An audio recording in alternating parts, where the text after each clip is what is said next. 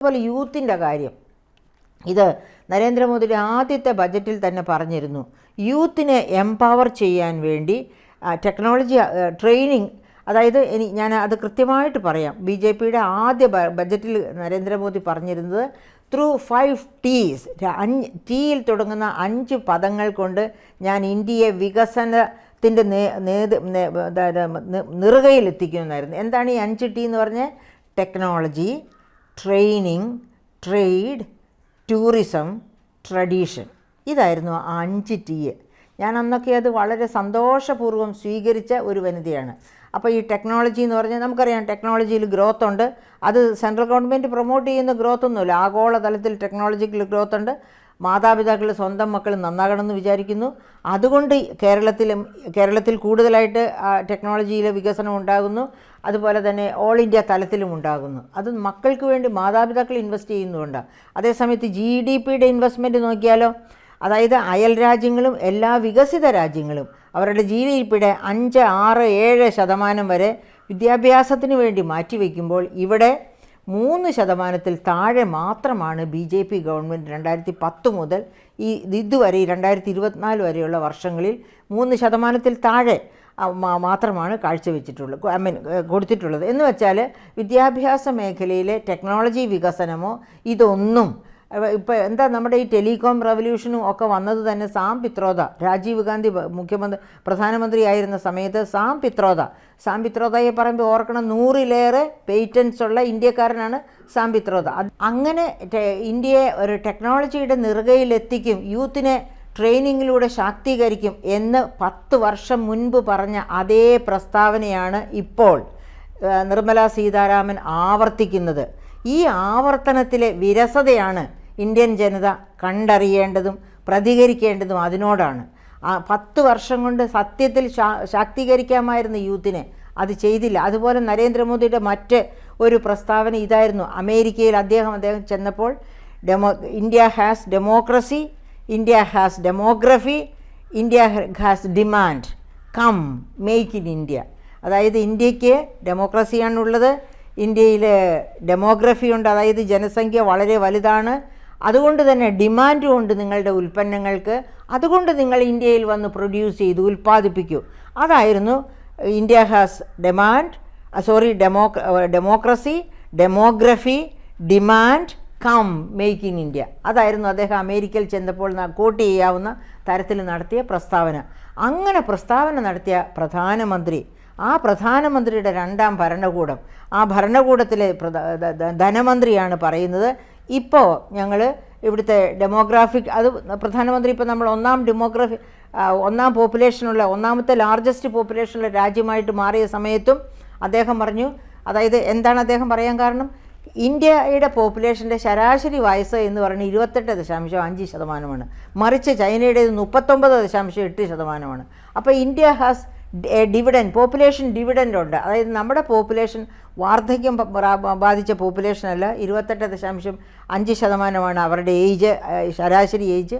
അതുകൊണ്ട് അതിനെ ഡിവിഡൻ്റാക്കി മാറ്റാം, അതിനെ നമുക്ക് വലിയ തലത്തിൽ പ്രയോജനപ്പെടുത്താം, നമ്മുടെ വികസനത്തിന് പ്രയോജനപ്പെടുത്താം എന്നുള്ള അദ്ദേഹം പറഞ്ഞു. ശരിയാണത്.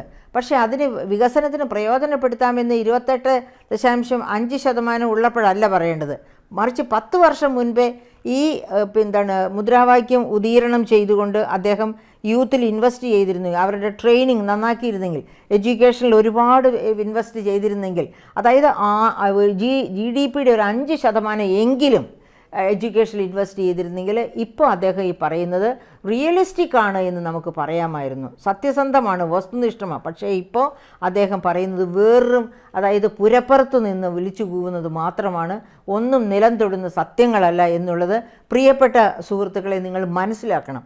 അപ്പോൾ അതുപോലെ പിന്നെ വേറൊന്ന് പറഞ്ഞ്, അപ്പോൾ അങ്ങനെ യൂത്തിനെ ചേർത്ത് നിർത്തുന്നത് വെറും അബദ്ധമായി, വെറും വായ്ത്താരിയായി, ഇങ്ങനെ ഒരുപാട് കാര്യങ്ങൾ ഓരോന്നും. ഇപ്പം നിർമ്മല സീതാരാമൻ ഇന്നിപ്പം നമ്മുടെ മുൻപിൽ അവതരിപ്പിച്ച ബജറ്റിൽ പറഞ്ഞിരിക്കുന്ന ഓരോ കാര്യത്തെയും നമുക്ക് ഗണ്ണിക്കാൻ പറ്റും. ആ തരത്തിലുള്ള കാര്യങ്ങൾ തന്നെയാണ്. അപ്പോൾ ശരിക്കും പറഞ്ഞാൽ ഇതൊരു ഇലക്ഷൻ പ്രചാരണ തന്ത്രത്തിൻ്റെ ആദ്യ കിരണങ്ങളാണ് നമ്മളിവിടെ കാണുന്നത്. ഇനി അത് അച്ചടി വെച്ച് വളർന്നുകൊണ്ടേയിരിക്കും, നമ്മളെ എല്ലാവരെയും വിഴുങ്ങത്തക്ക രീതിയിൽ, അവരുടെ വോട്ട് ബാങ്കിലേക്ക് നമ്മളെ എല്ലാവരെയും വലിച്ചെടുക്കത്തക്ക രീതിയിൽ. അതിനുവേണ്ടിയാണ് എന്താണ് എന്താണ് ഇലക്ട്രോണിക് വോട്ടിംഗ് യന്ത്രം തന്നെ ഉപയോഗിക്കാൻ പോകുന്നത്. എല്ലാത്തരം മാനിപ്പുലേഷൻസ് ലോകത്ത് എവിടെയുമില്ല ഇലക്ട്രോണിക് വോട്ടിംഗ് മെഷീൻസ് ഉപയോഗിച്ചുള്ള ഇലക്ഷൻ.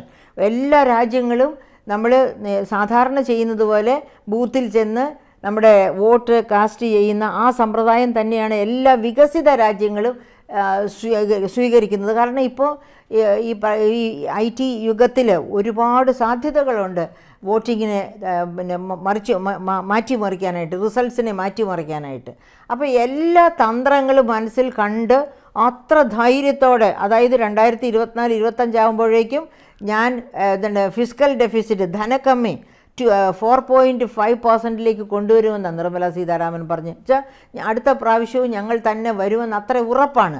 അപ്പോൾ അതിനുവേണ്ടി ഏത് തരം ജിമ്മിക്സും കാണിക്കാൻ തയ്യാറായ ഒരു ഗവൺമെൻറ്റിനെയാണ് നമ്മൾ ഇപ്പോൾ ഒരു ഗവൺമെൻറ്റാണ് ഇപ്പോൾ നമ്മുടെ മുൻപിൽ ഇങ്ങനെ ഒരു ബജറ്റുമായിട്ട് വന്നത്. അപ്പോൾ ഈ ബജറ്റിൻ്റെ ഒരു പ്രത്യേകത ഞാൻ ആദ്യം പറഞ്ഞതുപോലെ തന്നെ ഇതിൽ ഒരു നികുതി വർധനവും വരുത്തിയിട്ടില്ല. സത്യത്തിൽ ഒരു ഇന്ത്യൻ ബജറ്റിൽ അങ്ങനെ നികുതി വർധനവോ നികുതി ഇളവുകളോ കൊടുക്കുന്നത് ശരിയുമല്ല. അപ്പോൾ ആ ഇത് പാലിച്ചിട്ടുണ്ട്.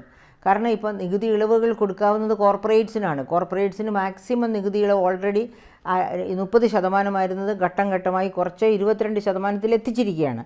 പിന്നെ ഇമ്പോർട്ട് ഡ്യൂട്ടികളും മറ്റതുപോലെയുള്ള ഇൻകം ടാക്സും അങ്ങനെ ഒരു നികുതിയിലും മാറ്റം വരുത്തിയിട്ടില്ല എന്നുള്ളത് ആശ്വാസകരമായ കാര്യമാണ്. പക്ഷേ അടുത്ത പൂർണ്ണ ബജറ്റ് വരുമ്പോൾ എന്ത് സംഭവിക്കും എന്ന് നമുക്കറിഞ്ഞൂടെ, ഏത് ഗവൺമെൻറ് വന്നാലും.